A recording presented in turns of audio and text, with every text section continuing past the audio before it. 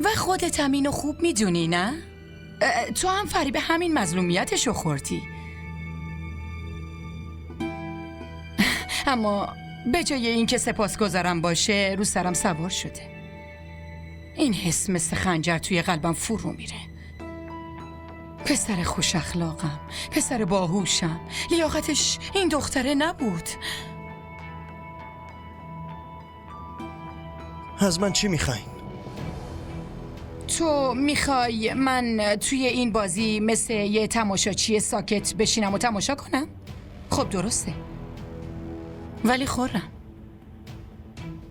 در آخر تو باید برنده بشی. قبوله؟